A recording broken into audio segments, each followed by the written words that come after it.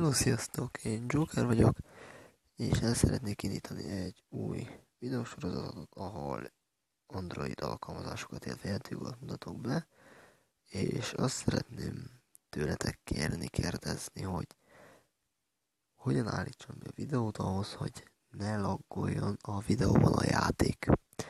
Alkalmazáson igazából nem próbáltam ki, hogy alkalmazás akadozik-e, de azt tudom, hogy a játék az valamiért akadozik,